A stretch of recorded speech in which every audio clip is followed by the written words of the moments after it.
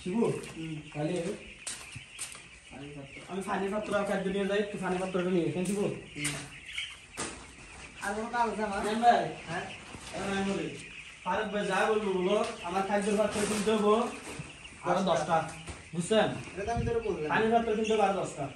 আমার টাকা গেছে তো গেছে, একটা মুরগি চলে গেল 200 টাকা যাচ্ছে না, বুঝছেন? কিনতেই হবো, না তো আপনি যদি পানি শর্ট করে তাহলে মুরগি বাড় দিব না, খাদ্য শর্ট করলে মুরগি বাড় দিব না। এখানে আমি যত মুভ করে দিই খাদ্য শর্ট করি। সেটাই আমি কি করে বললাম যে খাদ্যের পাত্র আমার কিনে রাখতে হবে, কারণ ওই যে সাইজগুলো দেখ আমার হিসাবটা কি জানো? কাজটা করতেছি যাই হবো আল্লাহ দাওয়ার জন্য করবো, আমরা খরচ করবো, সমস্যা আছে? কত টাকা এমনি খরচ করে দেবো। গাই বান্ধার বক্সটা বলাবার কি শুরু করছে? পাগল আছে।